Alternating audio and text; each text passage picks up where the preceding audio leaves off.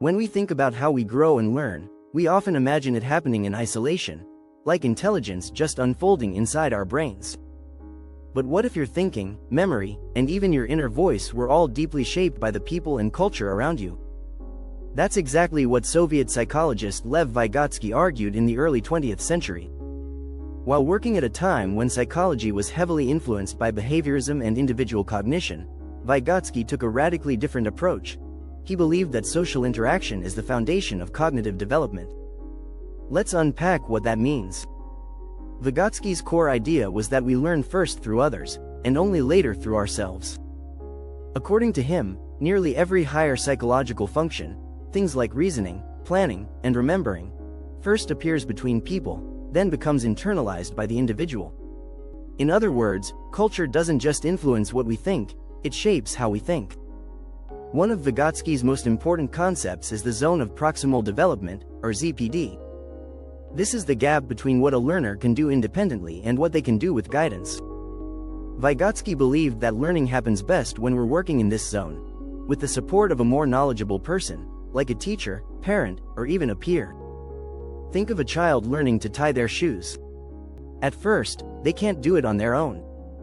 But with help, step-by-step guidance, modeling, and encouragement, they slowly improve. Eventually, they're able to do it without help. That's the ZPD in action.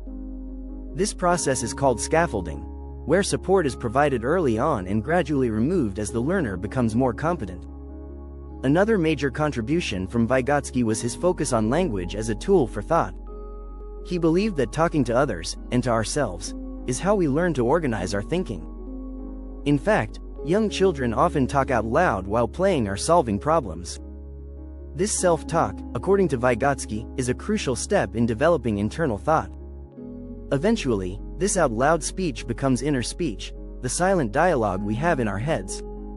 So in a very real sense, the way we talk to ourselves is shaped by how people once talked to us. This idea is supported by research even today. For example, studies in educational psychology show that students perform better on challenging tasks when they talk themselves through the steps, especially when they've first learned those steps through guided instruction. Researchers like Barbara Rogoff and James Wirch have expanded on Vygotsky's work, showing how cultural practices influence learning styles in different parts of the world. For instance, in many indigenous communities, children learn through observation and participation in community life, rather than formal instruction. This challenges the idea that learning only happens in classrooms, and supports Vygotsky's belief that cognition is culturally embedded.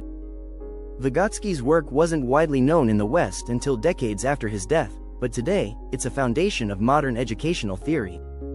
Concepts like collaborative learning, peer tutoring, and differentiated instruction are all rooted in his ideas.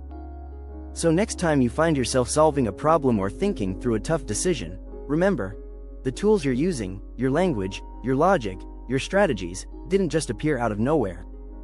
They were shaped by conversations, experiences, and culture. Lev Vygotsky helped us see that learning is never just an individual journey. It's a social one. And it's one we're all still on, together.